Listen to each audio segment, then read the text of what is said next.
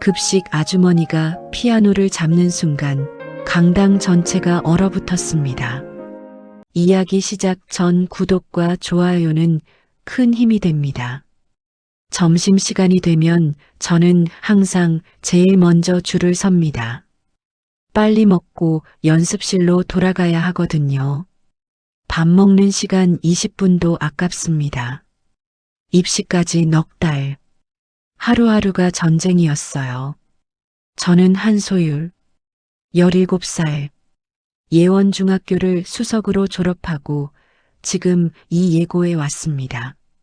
목표는 하나예요. S음대 피아노과. 그것도 수석 입학?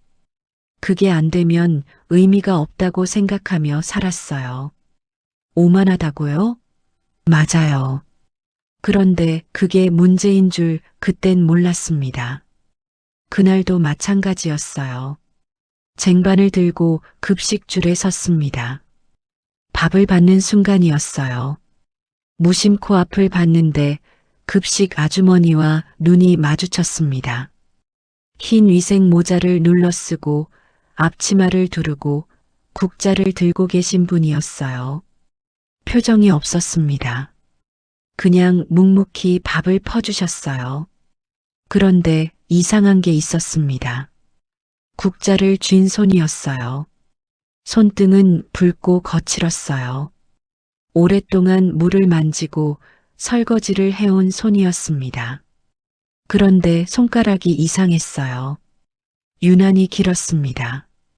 마디마디가 단단하면서도 곱게 뻗어 있었어요. 뭔가 어울리지 않는 손이었습니다. 급식 국자를 쥐기엔 너무 아까운 손이랄까요? 찰나였어요. 쟁반을 들고 자리로 걸어가면서 저는 이미 그 생각을 지웠습니다. 연습실로 돌아온 건 오후 1시였습니다. 쇼팽 피아노 협주곡 1번, 2단조, 입시곡이었어요. 넉 달째 같은 곡만 하고 있었습니다. 1악장과 2악장은 교수님도 인정하셨어요. 기술적으로는 흠 잡을 데가 없다고. 그런데 3악장이 문제였습니다. 분명히 하나 틀리지 않는데 뭔가 비어 있다고. 교수님이 그렇게 말씀하셨어요. 가슴으로 치는 게 아니라 손으로 치고 있다고. 그 말이 무슨 뜻인지 저는 몰랐습니다. 3악장을 10번 넘게 쳤어요.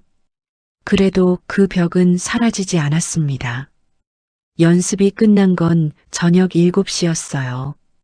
복도로 나오는데 냄새가 났습니다. 된장찌개 냄새였어요. 연습실 옆이 급식실이거든요. 저는 계단 쪽으로 발을 옮겼어요. 그때였습니다. 강당 쪽에서 소리가 났어요. 피아노 소리가 아니었습니다. 그냥 건반 하나를 눌렀다 뗀 소리였어요. 그 한음이 복도까지 들렸습니다. 저는 멈췄습니다. 왜 멈췄는지 모르겠어요. 그냥 발이 멈췄습니다. 강당 문이 조금 열려 있었어요. 문틈으로 안을 봤습니다. 피아노 앞에 누군가 앉아 있었어요. 치는 게 아니었습니다. 건반 위에 손을 올려놓고 있었어요. 그냥 가만히 눈을 감고 있었습니다. 무대 조명은 꺼져 있었고 강당 비상등 불빛만 희미하게 그 사람을 비추고 있었어요. 앞치마가 보였습니다. 흰 위생 모자가 보였어요. 저는 숨이 막혔습니다. 급식 아주머니였어요. 저는 아무것도 할 수 없었습니다. 들어가지도 돌아가지도 소리를 내지도 그냥 그 자리에 서서 그 모습을 봤어요. 건반 위에 손이 보였습니다. 그 길고 단단한 손가락이 건반 위에 가만히 놓여 있었어요. 치지 않았습니다. 그냥 거기 있었어요. 마치 오래된 것을 만지듯이, 마치 그리운 것에 닿듯이. 아주머니가 천천히 눈을 뜨셨습니다. 그리고 저와 눈이 마주쳤어요. 순간 두 사람 다 굳었습니다. 아주머니의 눈이 커졌어요. 당황하신 게 보였습니다. 황급히 손을 건반에서 떼셨어요. 천천히 일어나시더니 앞치마를 추스르셨습니다. 아무 말도 하지 않으셨어요. 그냥 걸어 나오셨습니다. 저는 길을 비켰어요. 아주머니가 제 옆을 지나가셨습니다. 표정이 없었어요. 하지만 저는 봤어요. 그 눈이 잠깐 흔들렸다는 걸. 아주머니가 복도로 사라지셨습니다. 저는 강당 안으로 들어갔어요. 그랜드 피아노 앞에 섰습니다. 건반을 봤어요. 아주머니의 손자국이 남아 있었습니다. 건반 위에 고스란히. 저는 그 손자국 위에 제 손을 올려봤습니다. 손가락 길이가 달랐어요. 제 손이 훨씬 짧았습니다. 가슴으로 치는 게 아니라 손으로 치고 있어. 교수님 말씀이 또 떠올랐습니다. 저는 모르겠었어요. 아직도 그게 무슨 말인지. 하지만 그날 저는 처음으로 그 말이 궁금해졌습니다. 진짜로요. 집에 돌아와 핸드폰을 들었어요. 이정순 검색했습니다. 결과가 나오지 않았어요. 흔한 이름이었습니다. 저는 검색창을 닫으려다 멈췄어요. 한 가지를 더 입력했습니다. 이정순, 피아니스트, 엔터를 눌렀습니다. 화면이 잠깐 멈췄어요. 그리고 결과가 나왔습니다. 저는 화면을 봤어요. 눈이 커졌습니다. 숨이 가빠졌어요. 손이 차가워졌습니다. 저는 핸드폰을 쥔 채 꼼짝도 하지 않았어요. 어떻게 손가락이 떨렸습니다. 핸드폰을 내려놓지 못했어요. 1996년 파리 국제 피아노 콩쿠르 3위 입상 이정순 한국인 최초 그 문장이 머릿속에서 떠나질 않았어요.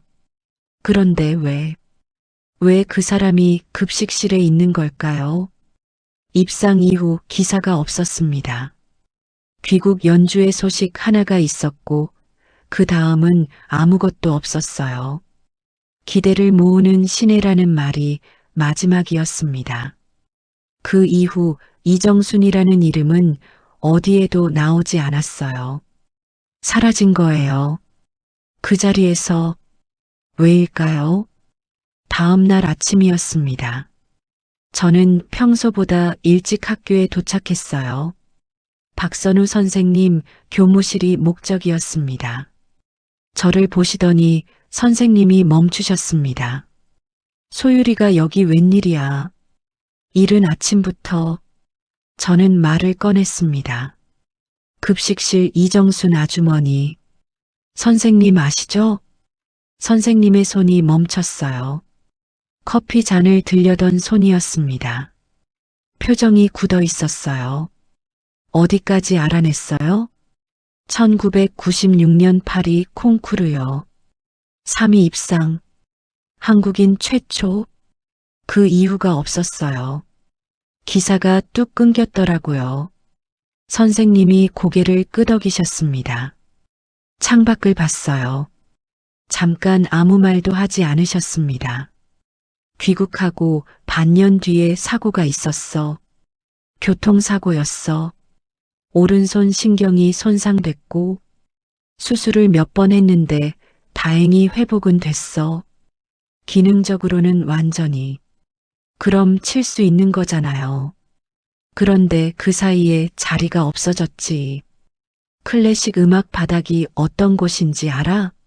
연주자가 반년을 쉬면 사람들이 잊어. 특히 막 이름 알려지기 시작한 시점에 사라지면 돌아와도 예전 자리가 없는 거야. 매니저도 떠났고 공연 섭외도 끊겼어. 복귀 독주회를 열었는데 객석이 절반도 안 찼다고 하더라. 저는 아무 말도 못했습니다. 그 이후로 피아노를 접으셨어. 완전히. 교무실을 나왔습니다. 복도를 걷는데 발이 무거웠어요. 피아노를 접으셨어. 완전히. 그런데 어젯밤 강당에서 치고 계셨잖아요. 접은 게 아니잖아요. 아무도 없는 시간에 불도 켜지 않은 채로 혼자 그 곡을 치고 계셨잖아요. 들키면 황급히 피하면서 마치 피아노를 치는 게 들켜서는 안 되는 일인 것처럼. 그날 밤 저는 다시 기사를 열었습니다. 기사 맨 아래에 한 문장이 있었어요. 어젯밤엔 미처 못 봤던 문장이었습니다. 이정수는 말했다. 음악은 제가 숨쉬는 방식입니다. 피아노 앞에 앉으면 비로소 제가 살아있다는 걸 느껴요. 저는 그 문장을 오래 봤습니다. 숨쉬는 방식. 그리고 생각했어요. 그 사람이 28년 동안 그 숨을 참고 살았다는 걸. 어두운 강당에서 혼자 건반 위에 손을 올려놓는 것으로 버텨왔다는 걸. 눈물이 났습니다. 이번엔 참지 않았어요. 사흘이 지났습니다. 그날은 야간 자율학습이 있는 날이었어요. 밤 9시까지 쳤습니다. 3악장. 또 그 부분. 또 그 벽. 악보를 두고 온 걸 깨달아 연습실로 돌아가다가 복도 끝 강당 쪽에서 소리가 들렸어요. 피아노 소리였습니다. 이번엔 건반 하나가 아니었어요. 음이 이어졌습니다. 같은 구절을 반복하는 것 같았어요. 저는 멈췄어요. 저 소리, 저 곡. 심장이 한번 크게 뛰었습니다. 쇼팽 협주곡 1번. 3악장이었어요. 제가 넉 달째 매달리고 있는 바로 그 악장이었습니다. 저는 강당 문 앞에 섰어요. 며칠 전처럼 문이 조금 열려 있었습니다. 안에서 피아노 소리가 흘러나왔어요. 이번엔 구절이 길었습니다. 멈추지 않았어요. 이어지고 이어졌습니다. 저는 숨을 참고 문틈으로 안을 봤어요. 아주머니였어요. 이번엔 치고 있었습니다. 저는 움직일 수 없었어요. 아주머니의 손이 건반 위를 움직이고 있었습니다. 느렸어요. 조심스러웠어요.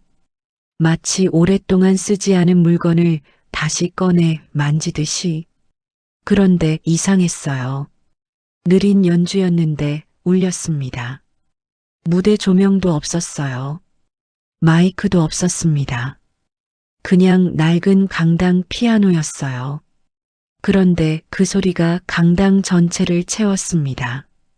3악장 중반부로 넘어갔습니다. 저도 아는 부분이었어요. 매일 쳤던 부분이었습니다. 그런데 달랐어요. 분명히 같은 음인데 달랐습니다. 아주머니의 손가락이 그 음을 눌렀을 때 저는 숨이 잠깐 멎었어요. 이 음은 치는 게 아니라 누르는 거야. 그 말이 순간 들린 것 같았습니다. 아무도 말하지 않았는데 그냥 그 음이 그렇게 말하는 것 같았어요. 저는 눈이 뜨거워졌습니다. 그때 아주머니가 멈추셨어요. 저와 눈이 마주쳤습니다. 저는 반사적으로 문을 열고 들어갔습니다. 괜찮으세요? 아주머니가 저를 봤어요. 그리고 시선을 피하셨습니다.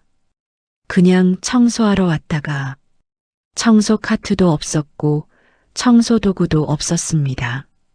하지만 저는 아무 말도 하지 않았어요. 아주머니가 빠르게 무대에서 내려오셨어요. 지나가시는 순간 저는 봤어요. 아주머니의 손이 떨리고 있었습니다. 주먹을 만든 손, 길고 단단한 손가락이 손바닥 안으로 말려 있었습니다.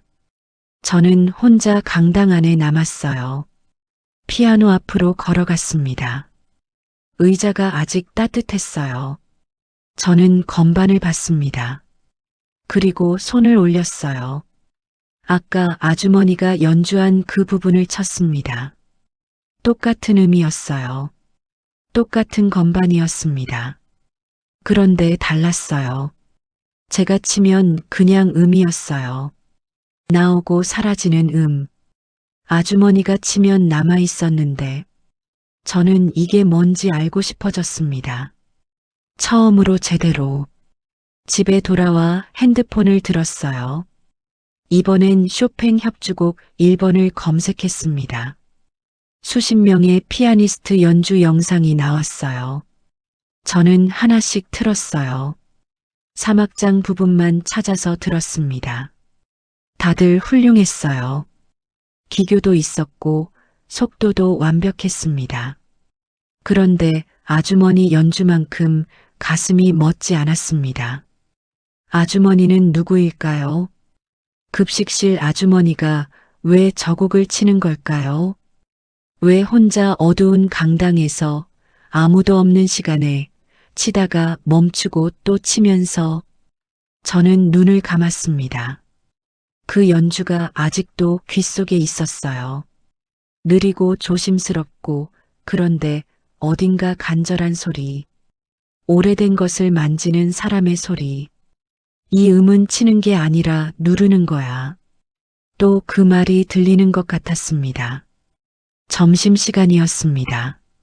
저는 창가 자리에 앉아서 밥을 먹으면서 급식실 쪽을 봤어요. 강민준이 있었습니다. 급식실 아니었어요. 앞치마를 두르고 빈 통을 옮기고 있었어요. 강민준. 같은 반. 같은 음대를 준비하는 애. 저보다 실력이 조금 부족하지만 연습량만큼은 누구보다 많은 애. 그런 애가 점심시간에 급식실에서 설거지를 돕고 있었어요. 이해가 안 됐습니다. 소율아, 여기 자리 있어? 앉아. 민준이 맞은편에 앉았습니다. 밥 다 식었네. 매일 저러는 거야? 응. 한 달쯤 됐어. 왜? 아주머니 혼자 힘드신 것 같아서. 민준이 잠깐 말을 멈췄어요. 그리고 아주머니가 내 연주 들어주시거든. 저는 숟가락을 내려놨습니다. 3악장 중반부 있잖아. 내가 항상 밀리는 부분. 거기서 호흡을 끊지 말고 이어가면 어떻겠냐고 하셨어. 그리고 이 음은 밀어내는 게 아니라 받아내는 거라고. 저는 숨을 참았어요. 이 음은 치는 게 아니라 누르는 거야. 제가 강당에서 들었던 그 느낌이었습니다. 다른 말이었는데 같은 말이었어요. 해봤어? 그날 바로 해봤지. 진짜 달라지더라. 뭔가 막혔던 게 뚫리는 느낌이었어. 저는 밥상을 보면서 생각했습니다. 강민주는 먼저 봤던 거예요. 제가 급식 아줌마라고 넘겼던 그 손을. 민주는 먼저 봤습니다. 그날 오후였습니다. 저는 연습실에서 피아노를 치다가 멈췄어요. 복도에서 소리가 들렸거든요. 민준이었어요. 쇼팽 협주곡 3악장이었습니다. 그 중반부가 나왔어요. 제가 매번 막히는 부분이었습니다. 민준은 막히지 않았어요. 밀리지 않았어요. 끊기지 않았어요. 꽉 찬 채로 이어졌습니다. 저는 손을 건반에서 떼고 그대로 앉아서 들었어요. 눈을 감았습니다. 뭔가 채워진 느낌이라고 민준이 말했죠. 그게 이거였어요. 저는 눈을 떴어요. 그리고 아주머니한테 가야겠다고 생각했습니다. 내일, 점심시간에, 민준처럼요. 다음 날 점심이었어요. 저는 급식실 앞에 섰습니다. 문이 열려 있었어요. 아주머니가 혼자 남은 음식들을 정리하고 계셨습니다. 저는 노크를 했습니다. 아주머니가 돌아보셨어요. 저를 보시는 순간 표정이 굳었습니다. 뭐 필요한 거 있니? 아니요. 저는 말했어요. 도와드리려고요. 됐어. 혼자 할 수 있어. 민준이도 도와드리잖아요. 아주머니가 아무 말도 하지 않으셨습니다. 저는 안으로 들어갔어요. 구석에 있는 빈 통들을 봤습니다. 저는 그것부터 들었어요. 아무 말도 하지 않았습니다. 아주머니도 아무 말씀하지 않으셨어요. 조용한 시간이 흘렀어요. 그리고 아주머니가 먼저 말씀하셨습니다. 피아노 치는 애 맞지? 네. 매일 연습실에 있던데. 입시 때문에요. 통을 다 옮기고 나서 저는 빗자루를 들었어요. 바닥을 쓸면서 말했어요. 준비한 말이 아니었어요. 그냥 나왔습니다. 아주머니, 저 쇼팽 협주곡 1번 치고 있어요. 입시곡으로요. 3악장이 안 돼요. 넋 달째요. 음은 다 맞는데 뭔가 없는 것 같다고 교수님이 하세요. 아주머니의 손이 잠깐 멈추는 게 보였습니다. 가슴으로 치는 게 아니라 손으로 치고 있다고. 아무 대답이 없었습니다. 저는 고개를 들었어요. 아주머니가 저를 보고 계셨습니다. 표정이 없었어요. 늘 그랬듯이. 그런데 눈빛이 달랐습니다. 뭔가 잠겨있던 게 조금 열리는 것 같은 눈빛이었어요. 아주머니가 다시 하시던 일로 돌아가셨습니다. 그리고 낮은 목소리로 말씀하셨어요. 그 곡은 말이야. 기교로 치면 칠수록 더 비어. 잘 치려고 할수록 더 안 들려. 저는 빗자루를 멈췄어요. 손이 아니라 이유가 있어야 해. 왜 이 음이 여기 있는지, 왜 이 구절이 이렇게 이어지는지, 그걸 알아야 소리가 나. 아주머니는 그 말을 하시고 더 이상 말씀하지 않으셨어요. 저는 한참 서 있었습니다. 빗자루를 손에 든 채로 그 말을 가슴에 담으면서 급식실을 나왔습니다. 복도를 걷는데 발이 가벼웠어요. 이상하게 아무것도 해결된 게 없는데 아주머니와 제대로 된 대화를 나눈 것도 아닌데 그런데 가벼웠어요. 연습실로 올라갔습니다. 피아노 앞에 앉았어요. 3악장을 펼쳤습니다. 왜 이 음이 여기 있는지, 왜 이 구절이 이렇게 이어지는지 저는 악보를 봤습니다. 음표들을 봤어요. 지금까지 100번은 봤던 음표들이었습니다. 그런데 처음 보는 것 같았어요. 저는 건반에 손을 올렸습니다. 그리고 아주 천천히 처음 이 곡을 만난 것처럼 한 음씩 눌렀어요. 저녁에 집에 돌아와서 핸드폰을 내려놓기 전에 스스로에게 처음으로 물었습니다. 나는 왜 피아노를 치는 걸까요? 입시 말고, 교수님 말고, 엄마 말고, 나는 왜? 대답이 나오지 않았어요. 하지만 괜찮았습니다. 이 질문을 하게 된 것만으로도 오늘 하루가 달랐습니다. 사흘이 지났습니다. 저는 매일 점심시간에 급식실에 갔어요.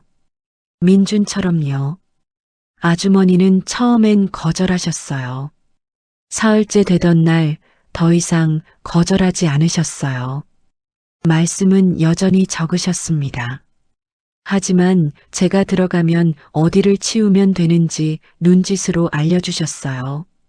그것만으로도 충분했습니다. 저는 그 시간이 좋아졌어요. 연습실에 있는 시간보다 급식실에서 아주머니 옆에 있는 시간이 더 편했습니다. 아무 말 없이 각자 할 일을 하는 그 조용함이요. 그날은 금요일 점심이었습니다. 저는 급식실로 들어갔어요. 아주머니가 창고 쪽에서 나오시다가 손에 들고 계시던 것들을 떨어뜨리셨습니다. 저는 얼른 달려가서 주웠습니다. 행주, 봉지, 집게, 그리고 마지막으로 손에 잡힌 것이 있었어요. 종이였습니다. 얇고 낡은 종이였어요. 집으려는데 바람에 살짝 펼쳐졌습니다. 저는 반사적으로 봤어요. 악보였습니다. 오선지였어요. 손으로 쓴 음표들이 빽빽하게 적혀 있었습니다.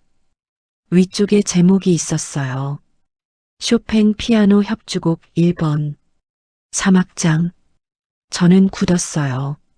손이 멈췄습니다. 악보를 들고 그 자리에 서 있었어요. 음표들 사이사이에 메모가 빽빽했습니다. 작은 글씨였어요. 연필로 쓴 것도 있었고 펜으로 쓴 것도 있었습니다. 지운 흔적도 있었어요.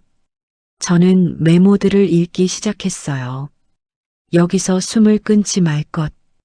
구절이 이어져야 해. 이 음은 밀어내는 게 아니라 받아내는 것. 손목에서 힘 빼기. 어깨까지. 이 부분은 슬픈 게 아니야. 그리운 거야. 다르게 쳐야 해. 저는 숨이 막혔습니다. 민준에게 하셨던 말이었어요. 그리고 제가 강당에서 들었던 그 느낌이었어요. 악보 위에 고스란히 적혀 있었습니다. 수십 년 전에 손이 떨렸어요. 그거 아주머니 목소리였습니다. 저는 고개를 들었어요. 아주머니가 저를 보고 계셨습니다. 표정이 없었어요. 하지만 눈빛이 달랐습니다. 죄송해요. 떨어져서 저는 악보를 내밀었습니다. 아주머니가 받으셨어요. 그리고 빠르게 접으셨습니다. 창고 쪽으로 걸어가셨어요. 더 이상 말씀이 없으셨습니다. 저는 그 자리에 서 있었어요. 메모들이 눈앞에 아른거렸습니다. 특히 마지막으로 읽은 그 문장이요. 이 부분은 슬픈 게 아니야. 그리운 거야. 다르게 쳐야 해. 저는 교무실로 뛰어갔습니다. 박선우 선생님이 계셨어요. 아주머니 악보 봤어요. 급식실에서 떨어져서 제가 주었는데 쇼팽 협주곡 1번이요. 3악장. 메모가 빽빽하게 있었어요. 선생님이 잠깐 눈을 감으셨어요. 그리고 말씀하셨습니다. 앉아. 소율아. 내가 그 악보 본 게 28년 전이야. 파리 콩쿠르 때. 나 그때 객석에 있었어.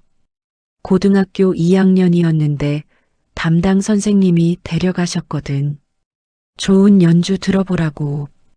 저는 말을 못했어요. 이정순 선생님이 3악장을 치기 시작했을 때 나는 숨을 참았어. 음악 들으면서 숨을 참는 게 어떤 건지 그때 처음 알았어. 소리가 멈추면 안 될 것 같았거든. 그 소리가 끊기면 뭔가 소중한 게 사라질 것 같아서 그 연주가 나를 음악 선생님으로 만들었어.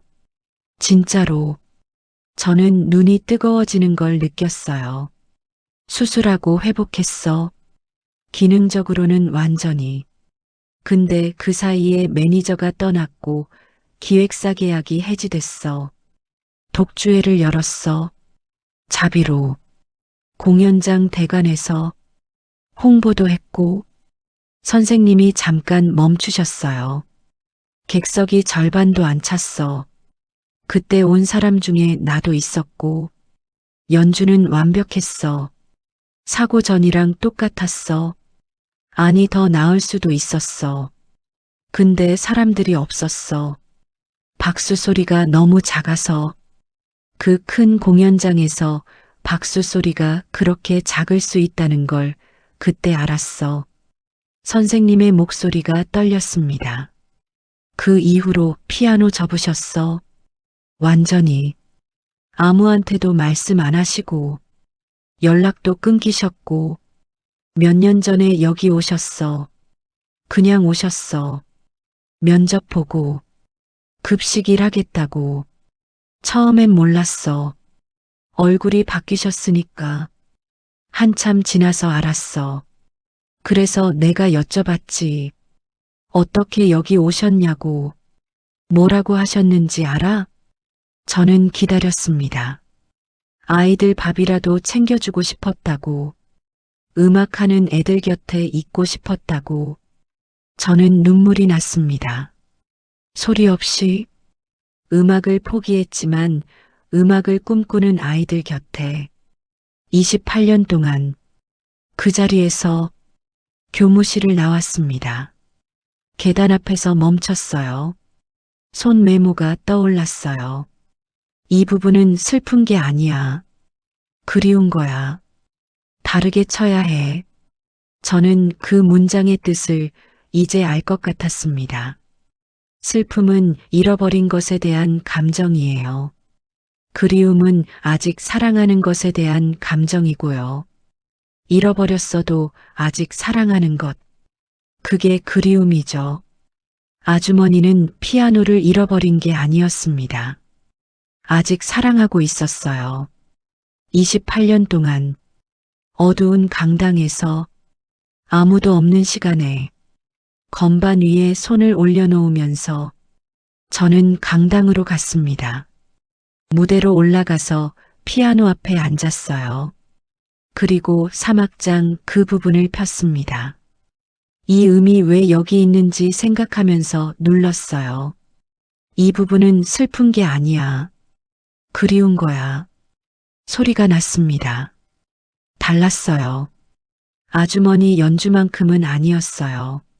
아직 한참 멀었습니다. 하지만 지금까지와는 달랐어요. 아주 조금이지만 뭔가 담긴 소리였습니다. 저는 멈추지 않고 계속 쳤어요. 연주를 마쳤을 때 저는 건반 위에 손을 그대로 뒀습니다. 아주머니가 그러셨던 것처럼 무대 뒤쪽에서 발소리가 났습니다. 아주머니가 서 계셨어요. 언제 오셨는지 몰랐습니다. 손에 걸레를 들고 계셨습니다. 청소하러 오신 것 같았어요. 눈이 마주쳤어요. 아주머니가 천천히 걸어오셨어요. 피아노 옆에 서셨습니다. 건반을 보셨어요. 그리고 저를 보셨습니다. 조금 달라졌네. 딱 그 말이었습니다. 저는 그 말을 들었어요. 가슴이 이상했습니다. 뭔가 뜨거운 것이 올라왔어요. 눈물이 한 방울 났어요. 아주머니가 아무 말씀도 하지 않으셨어요. 그냥 거기 서 계셨습니다. 피아노 옆에, 저 옆에, 창문으로 햇살이 들어왔어요. 건반 위에 빛이 닿았습니다. 흰 건반이 따뜻하게 빛났어요. 왜 피아노를 치는지 이제 조금 알 것 같았습니다. 입시 때문이 아니었어요. 교수님 때문도 아니었습니다. 이 소리가 좋아서요. 이 소리가 있어야 해서요. 그게 처음이었습니다. 그렇게 느낀 게요. 월요일 아침이었습니다. 조회 시간에 담임 선생님이 공지를 하셨어요. 급식실 인력 구조 조정이 이번 달 말로 예정되어 있습니다. 일부 인원 변동이 있을 예정이니 참고 바랍니다. 저는 고개를 들었어요. 구조조정, 인원 변동, 쉬는 시간에 민준을 찾았어요. 복도에 있었습니다. 저를 보더니 표정이 굳었어요. 너도 들었어? 응. 급식 인력 2명 감축. 연차 낮은 순으로. 아주머니 연차가 제일 낮잖아. 민준이 고개를 끄덕였습니다. 아무 말도 안 했어요. 이번 달 말이면 3주도 안 남았어요. 아주머니가 이 학교를 떠난다는 거였어요. 방법이 있긴 해. 학생들이 탄원서를 쓰거나 그렇게 하면 돼? 모르지. 근데 아무것도 안 하면 그냥 되는 거잖아. 오후 연습이었습니다. 연습실에 앉아서 악보를 펼쳤어요. 쇼팽 협주곡 1번, 3악장. 그런데 치지 못했습니다. 악보를 보고 있었는데 손이 안 올라갔어요. 아주머니의 메모들이 보였어요. 제가 옮겨 적어뒀거든요. 여기서 숨을 끊지 말 것. 이 음은 밀어내는 게 아니라 받아내는 것. 이 부분은 슬픈 게 아니야. 그리운 거야. 아주머니가 이 학교를 떠나게 되면 저 악보는 어디로 가는 걸까요? 같이 가시겠죠. 그리고 또 어딘가 창고 깊숙이 들어가겠죠. 손을 건반 위에 올렸어요. 치기로 했습니다. 지금 이 순간 제가 할 수 있는 건 그것뿐이었어요. 3악장 그 부분이 왔습니다. 저는 아주머니의 메모를 떠올렸습니다. 숨을 끊지 말 것. 끊지 않았어요. 받아내는 것. 밀어내지 않았어요. 그리운 거야. 저는 그리움이 뭔지 생각했습니다. 28년 동안 강당 피아노 건반 위에 손을 올려놓았던 그 마음. 소리가 났습니다. 달랐어요. 지금까지와 완전히 달랐습니다. 음이 공중에 머물렀어요. 사라지지 않고 연습실 안에 남아 있었습니다. 눈물이 났습니다. 처음이었어요. 연주하면서 우는 게, 연습실에서 우는 게, 넉 달 동안 못 찾았던 게 거기 있었어요. 음표 안에. 처음부터 거기 있었는데 저는 보지 못했습니다. 너무 잘 치려고 했거든요. 3악장 끝까지 쳤습니다. 마지막 음을 누르고 손을 건반 위에 그대로 뒀어요. 연습실이 조용했습니다. 저는 그 조용함 속에서 울었어요. 소리 없이 한참을 문 두드리는 소리가 났어요. 민준이었습니다. 들었어. 복도에서 달라졌더라. 저는 악보를 봤습니다. 아주머니 메모 따라서 쳤어. 그래서 그랬구나. 나 오늘 탄원서 쓰려고 해. 같이 쓸 애들 모을 거야. 나도 쓸게. 그날 저녁이었어요. 집에 돌아와서 책상에 앉았습니다. 탄원서를 써야 했어요. 무슨 말을 써야 할지 몰랐거든요. 아주머니가 대단한 피아니스트라서 남아 계셔야 하는 게 아니었습니다. 그냥 이 학교에 계셔야 하는 분이라서요. 매일 밥을 퍼주시면서 음악하는 아이들 곁에서 묵묵히. 저는 한참 생각하다가 펜을 들었어요. 이정순 선생님은 아무 말씀 없이 우리 곁에 계셨습니다. 밥을 챙겨주셨고, 연주를 들어주셨고, 한마디 조언으로 넉 달 동안 막혔던 것을 뚫어주셨습니다. 저는 그분이 누구신지 너무 늦게 알았습니다. 하지만 이제는 압니다. 이 학교에서 가장 음악을 사랑하는 분이 급식실에 계신다는 걸요. 저는 거기서 멈췄어요. 그리고 탄원서 아래에 한 줄을 더 썼습니다. 그분이 계속 이 자리에 계실 수 있도록 해주십시오. 아직 배워야 할 것이 많은 학생이 있습니다. 송년음악회는 12월 셋째 주 금요일이었습니다. 학교에서 1년에 한 번 열리는 행사였어요. 저는 피아노 독주로 프로그램에 올라가 있었어요. 쇼팽 협주곡 1번, 3악장. 구조조정 공지가 난 뒤로 민준과 저는 탄원서를 돌렸습니다. 사흘 동안 서명을 모았어요. 생각보다 많은 애들이 써줬습니다. 교장 선생님께 제출했어요. 결과는 일주일 뒤에 나왔어요. 구조조정 결정은 변경되지 않는다고 했습니다. 학교 예산 문제라 어쩔 수 없다고요. 저는 그 말을 듣고 교무실을 나왔습니다. 복도를 걸으면서 생각했어요. 방법이 하나 남아 있었습니다. 음악회 일주일 전이었어요. 저는 박선우 선생님을 찾아갔습니다. 음악회 프로그램 바꾸고 싶어요. 제 순서에 아주머니 이름을 올리고 싶어요. 이정순 선생님이 알고 계셔? 아니요. 선생님이 숨을 들이쉬셨습니다. 소유라, 그분이 28년 동안 무대를 피해 오셨는데, 알아요. 그래도 해야 해요. 선생님도 아시잖아요.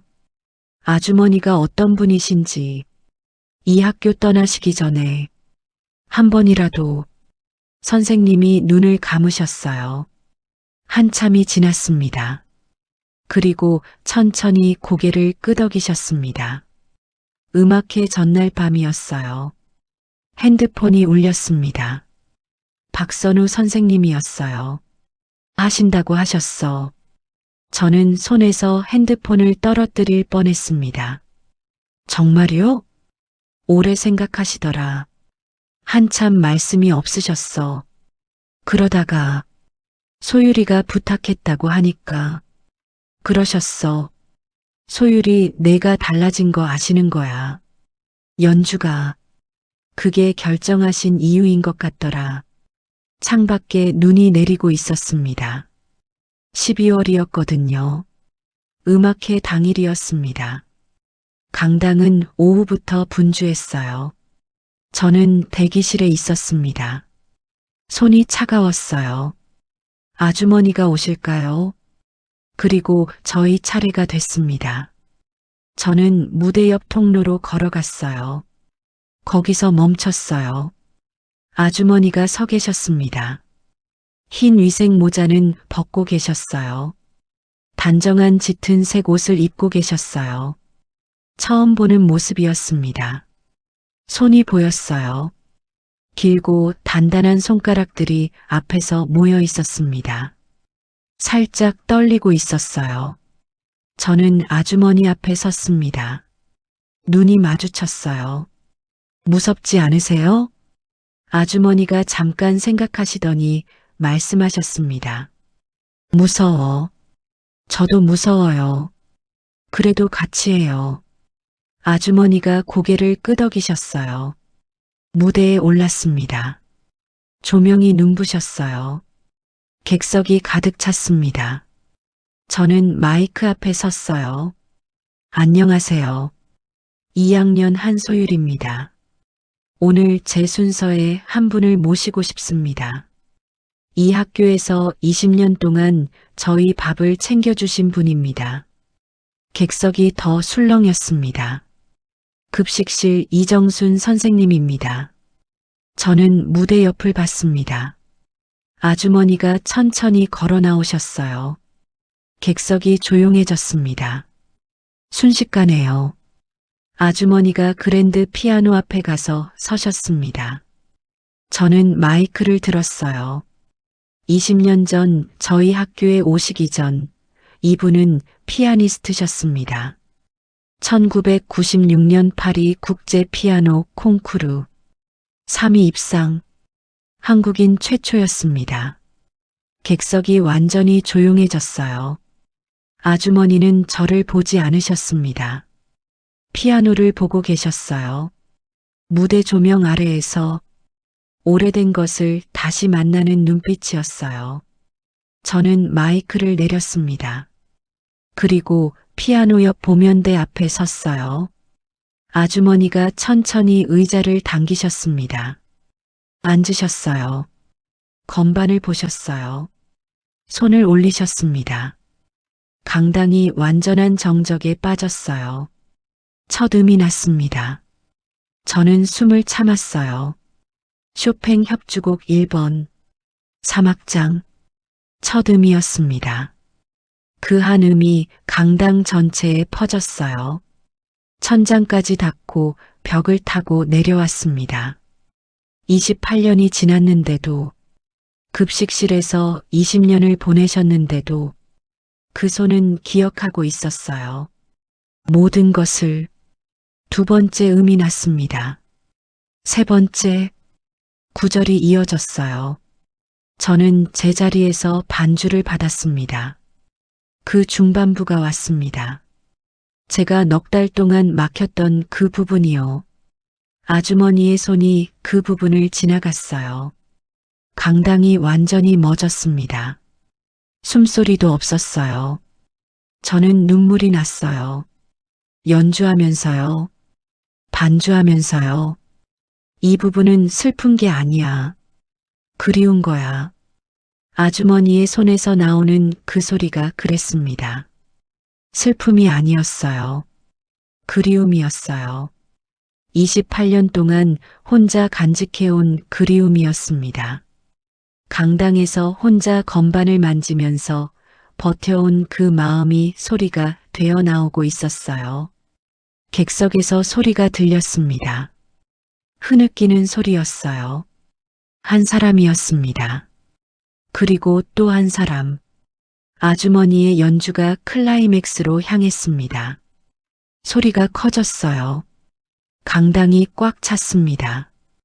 아주머니의 손이 건반 위를 움직이고 있었어요. 그 손이 보였어요. 길고 단단한 손가락들이 28년 만에 제대로 된 무대 위에서 수백 명 앞에서 빛 아래에서 이 손이 급식실 국자를 쥐고 있었다는 게, 창고에 악보를 숨겨두고 있었다는 게, 어두운 강당에서 혼자 건반을 만지고 있었다는 게, 그게 너무 아팠습니다. 그리고 너무 아름다웠어요. 마지막 음이 울렸습니다. 아주머니가 손을 건반 위에 그대로 두셨어요. 치지 않고 그냥 올려놓고 강당이 정적에 빠졌습니다. 1초, 2초, 3초, 그리고 박수가 터졌어요. 한꺼번에요. 폭발적으로요. 수백 명이 동시에 일어서면서요. 저는 반주대에서 내려왔습니다. 아주머니 옆에 섰어요. 아주머니가 천천히 일어나셨습니다. 박수 소리가 강당을 가득 채웠어요. 아주머니의 눈에 눈물이 있었어요. 흐르지는 않았습니다. 그냥 맺혀 있었어요. 저는 아주머니 손을 잡았습니다. 아주머니가 저를 보셨어요. 처음으로 웃으셨어요. 소리 없이, 환하게, 진짜로. 박수가 끝날 줄 몰랐습니다. 저는 그 박수 소리를 들으면서 생각했어요. 이 소리가 28년 전에 들렸어야 할 소리였습니다. 복귀 독주회에서, 절반도 안 찬 객석에서 들렸어야 했는데 들리지 않았던 소리였어요. 늦었습니다. 28년이나 늦었어요. 그래도 들렸습니다. 지금 여기서 이 아이들 앞에서, 아주머니가 20년 동안 밥을 챙겨준 아이들 앞에서요. 무대에서 내려왔습니다. 통로를 지나는데 박선우 선생님이 계셨어요. 선생님의 눈이 빨개져 있었습니다. 안경을 벗고 눈을 닫고 계셨어요. 저를 보시더니 아무 말도 안 하셨어요. 그냥 고개를 한번 끄덕이셨습니다. 그것으로 충분했어요. 대기실로 돌아왔습니다. 아주머니가 의자에 앉으셨어요. 손을 무릎 위에 올려놓으셨습니다. 그 손을 보고 계셨어요. 저는 옆에 앉았습니다. 한참 아무 말도 없었어요. 아주머니가 먼저 말씀하셨습니다. 소율아, 처음이었어요. 제 이름을 부르신 게요. 아주머니가 제 이름을 부르신 게 처음이었습니다. 고마워. 제가 감사해요. 아주머니가 저를 보셨습니다. 사막장, 많이 달라졌어. 아주머니 악보 덕분이에요. 그건 악보가 한 게 아니야. 내가 들을 준비가 된 거야. 악보는 그냥 종이야. 읽을 수 있는 사람이 읽어야 보이는 거거든. 저는 그 말을 들었습니다. 오래 들었어요. 창문 너머로 눈이 내리고 있었습니다. 12월의 눈이었어요. 저는 그 눈을 봤습니다. 내일 아주머니가 이 학교를 떠나는 건 변하지 않았어요. 구조조정 결정은 번복되지 않았습니다. 하지만 오늘이 있었습니다. 오늘 이 무대가 있었어요. 그리고 이 소리가 있었습니다. 28년 만에 수백 명 앞에서 빛 아래에서 그걸로 됐다고 저는 생각했어요. 아주머니의 마지막 날은 수요일이었습니다. 12월 마지막 주였어요. 겨울 방학이 시작되기 사흘 전이었습니다. 저는 아침 일찍 학교에 갔습니다. 손에 뭔가를 들고 있었어요. 낡은 악보였습니다. 아주머니의 악보가 아니었어요. 제 악보였습니다. 쇼팽 협주곡 1번. 제가 입시 때 쓰던 것이었어요.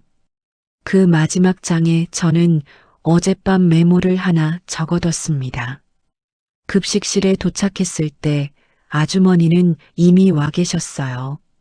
마지막 날이었는데도 평소와 똑같은 시간에 오셨더라고요.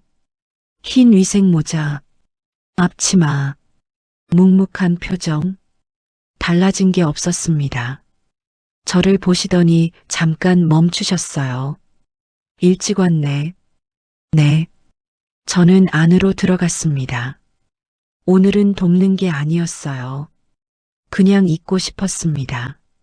마지막 시간을요. 아주머니가 재료를 정리하셨어요. 평소처럼요. 냄비를 올리고 국을 끓이고 밥솥을 확인하셨습니다. 20년 동안 해오신 동작들이었어요. 손이 알아서 움직이는 것 같았습니다. 저는 그 모습을 봤어요. 한참을요. 아주머니, 응, 여기 처음 오셨을 때 어떠셨어요? 아주머니가 하시던 일을 멈추셨어요. 잠깐이었습니다. 그리고 다시 냄비를 저으시면서 말씀하셨어요. 무서웠지.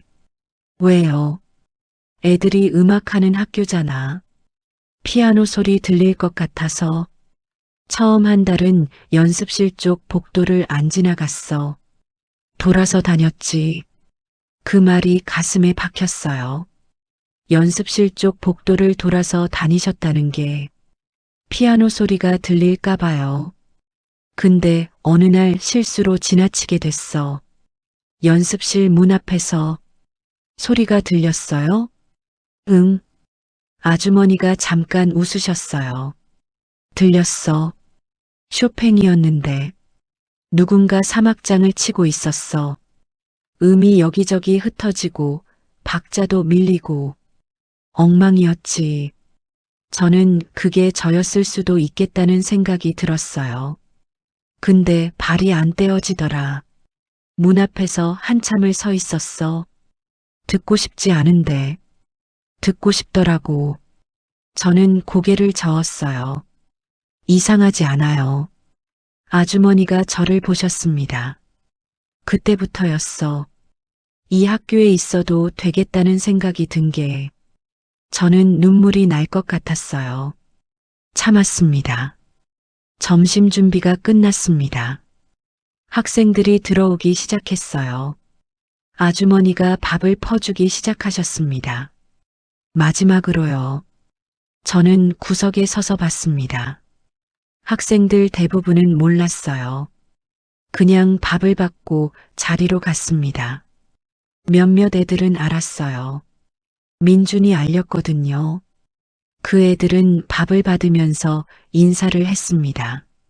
아주머니 감사했어요. 건강하세요. 아주머니는 표정이 없으셨어요. 늘 그랬듯이요. 그런데 고개를 끄덕이셨습니다. 평소엔 안 하시던 거였어요. 민준이 줄 맨 뒤에 섰습니다. 밥을 받으면서 말했어요. 아주머니, 저 꼭 좋은 연주자 될게요. 아주머니가 민준을 보셨어요. 그리고 밥을 한 숟가락 더 얹어주셨습니다. 그게 대답이었어요. 점심시간이 끝났습니다. 아주머니가 혼자 정리를 하셨습니다. 저는 도왔어요. 오늘은 아주머니가 거절하지 않으셨습니다. 정리가 다 됐을 때 아주머니가 앞치마를 벗으셨어요. 접으셨습니다. 천천히, 반으로, 또 반으로, 그리고 선반 위에 올려두셨어요. 다음 사람이 쓸 수 있도록 가지런히요. 저는 그 모습을 봤어요. 그리고 손에 들고 있던 악보를 내밀었습니다. 아주머니, 이거요. 드리고 싶어요. 아주머니가 악보를 받으셨습니다. 표지를 보셨어요. 쇼팽 협주곡 1번. 저의 글씨로 적힌 메모들이 가득한 악보였어요. 내 거야? 네. 왜? 저는 말했습니다.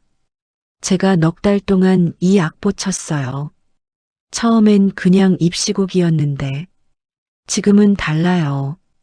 이 악보 안에 아주머니가 있어요. 아주머니 메모 보면서 쳤거든요. 그래서 아주머니 거라는 생각이 들어서요. 아주머니가 악보를 봤습니다. 페이지를 천천히 넘기셨어요. 제 메모들을 보셨어요. 그러다가 마지막 장에서 멈추셨습니다. 저는 그 장에 메모를 하나 적어뒀거든요. 아주머니가 그 문장을 읽으셨어요. 아주머니, 다시 시작하셔도 됩니다. 아주머니가 그 문장을 오래 보셨습니다. 손이 떨렸어요. 악보를 쥔 손이요. 길고 단단한 손가락들이 종이를 꼭 쥐고 있었습니다. 저는 아무 말도 하지 않았어요. 기다렸습니다. 한참이 지났어요. 아주머니가 고개를 드셨습니다. 저를 보셨어요. 눈에 눈물이 있었습니다. 이번엔 흘렀어요. 한 방울이. 소리 없이 아주머니가 말씀하셨어요. 무슨 자격으로? 목소리가 떨렸습니다. 28년이 지났는데 저는 고개를 저었어요. 자격 같은 거 없어요. 그냥 치고 싶으면 치는 거예요. 소율이 너처럼? 네. 저 이번 입시 때 쇼팽 3악장 쳤어요. 처음으로 제대로 쳤어요. 시험장에서요. 심사위원들 앞에서요. 손으로 친 게 아니었어요. 그리워서 쳤어요. 뭘 그리워해서? 이 소리요. 이 소리가 없으면 안 될 것 같아서요. 아주머니한테 배운 거예요. 아주머니가 악보를 가슴에 안으셨습니다. 말씀이 없으셨어요. 한참이요. 그리고 낮은 목소리로 말씀하셨습니다. 고마워. 아주머니가 학교를 나가셨습니다. 저는 문 앞에서 배웅했어요. 아주머니가 교문을 나가셨습니다. 돌아보지 않으셨어요. 그냥 걸어가셨습니다. 작은 뒷모습이었어요. 저는 그 뒷모습을 봤습니다. 손에 제 악보를 들고 걸어가시는 모습을요. 눈이 내리고 있었습니다. 12월의 눈이었어요. 작은 눈송이들이 아주머니 어깨 위에 내려앉았습니다. 아주머니는 걸음을 멈추지 않으셨어요. 저는 그 자리에 오래 서 있었습니다. 봄이 됐습니다. 입시 결과가 나왔어요. S음대 피아노과 합격이었습니다. 엄마가 우셨어요. 저는 이상하게 덤덤했어요. 기쁘지 않은 게 아니었어요. 기쁜데 다른 것도 있었습니다. 민준도 붙었어요. 다른 학교였지만 음대였습니다. 저는 민준한테 문자를 보냈어요. 잘 됐다고. 민준이 답장을 보냈습니다. 너도 잘 됐다고. 그리고 한마디가 더 있었어요. 아주머니한테 연락했어? 저는 그 문자를 보고 핸드폰을 내려놨어요. 연락처가 없었거든요. 아주머니 전화번호를 몰랐습니다. 물어보지 못했어요. 마지막 날에 그게 마음에 걸렸어요. 박선우 선생님한테 여쭤봤습니다. 선생님이 연락처를 알고 계셨어요. 전해드리겠다고 하셨습니다. 며칠 뒤 문자가 왔어요. 모르는 번호였습니다. 열었어요. 소율아, 나 이정순이야. 잘 지내니? 저는 그 문자를 보고 한참을 웃었어요. 혼자 방에서요. 소리 없이요. 답장을 보냈습니다. 잘 지내요. 아주머니는요? 답장이 왔어요. 나도. 그리고 있잖아. 저는 기다렸습니다. 피아노 레슨 받을 학생 있으면 소개해줘. 시작해보려고. 저는 핸드폰을 내려놨어요. 창밖을 봤습니다. 봄이었어요. 학교 뒤 언덕에 개나리가 피어 있었습니다. 노란 꽃들이 바람에 흔들리고 있었어요. 저는 답장을 썼어요. 제가 첫 번째 학생이에요. 그로부터 한 달이 지났습니다. 저는 매주 토요일 오전에 아주머니한테 레슨을 받으러 갔어요. 아주머니가 작은 피아노를 들여놓으신 방이었습니다. 창문이 하나 있었고 봄 햇살이 들어왔어요. 아주머니가 피아노 앞에 앉으셨습니다. 처음 뵙는 모습이었어요. 급식실 앞치마가 아니었어요. 모자도 없으셨습니다. 그냥 아주머니였어요. 피아노 앞에 앉은 어디부터 해볼까? 저는 악보를 펼쳤습니다. 쇼팽 협주곡 1번 사막장. 아주머니가 피식 웃으셨어요. 또 그거야. 아직 멀었거든요. 언제까지 칠 거야? 평생요. 아주머니가 저를 보셨습니다. 그리고 고개를 끄덕이셨어요. 그래. 그래야지. 저는 건반 위에 손을 올렸어요. 봄 햇살이 건반을 비추고 있었습니다. 흰 건반이 따뜻하게 빛났어요. 저는 첫 음을 눌렀습니다. 소리가 났어요. 방 안에 퍼졌습니다. 천장에 닿고 벽을 타고 내려왔어요. 창문 너머 봄바람이 커튼을 살짝 흔들었습니다. 아주머니가 제 옆에서 들으셨어요. 말씀이 없으셨습니다. 그냥 들으셨어요. 그것만으로도 달랐습니다. 혼자 칠 때랑 누군가 옆에서 들을 때랑 저는 계속 쳤어요. 그 부분이 왔습니다. 넉 달 동안 막혔던 그 부분이요. 지금은 막히지 않았어요. 끊기지 않았습니다. 이어졌어요. 아주머니가 낮게 말씀하셨어요. 여기서 조금 더 기다려봐. 이 음이 사라지기 전에. 저는 기다렸어요. 그 음이 공중에 머무는 걸 느끼면서요. 그리고 다음 음을 눌렀습니다. 소리가 이어졌어요. 봄이 창문으로 들어오고 있었습니다. 햇살이, 바람이, 꽃 냄새가. 저는 그 소리 속에서 생각했어요. 아주머니가 처음 이 학교 왔을 때 연습실 복도를 돌아서 다니셨다고 했잖아요. 피아노 소리가 들릴까봐. 그런데 어느 날 실수로 지나쳤고 문 앞에서 발이 떼어지지 않았다고. 그게 저였을 수도 있어요.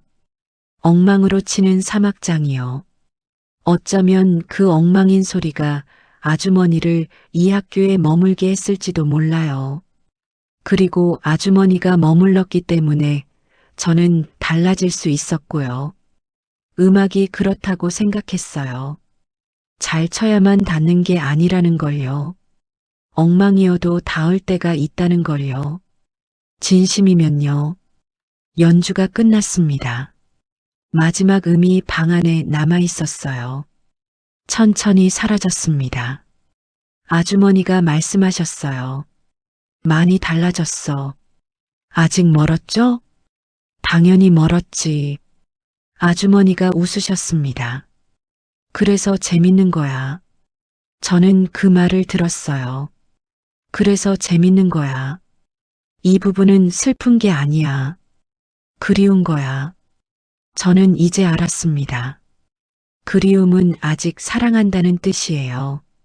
잃어버렸어도 아직 놓지 않았다는 뜻이고요. 아주머니가 28년 동안 그랬어요. 저는 이제 막 시작이었어요. 하지만 괜찮았습니다. 평생이라고 했으니까요. 돌아오는 길에 저는 잠깐 멈췄습니다. 학교 앞이었어요. 벚꽃이 피어 있었습니다. 교문 옆 나무에서 꽃잎이 바람에 흩날리고 있었어요. 연분홍 꽃잎들이 공중을 떠다녔습니다. 저는 그 꽃잎들을 봤어요. 그리고 강당 쪽을 봤습니다. 창문이 보였어요.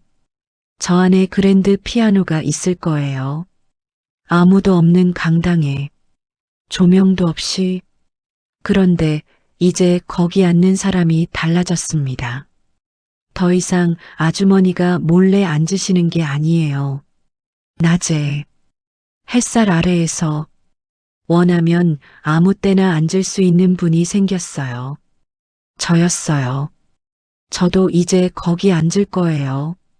연습 때문이 아니라 그냥 이 소리가 좋아서요.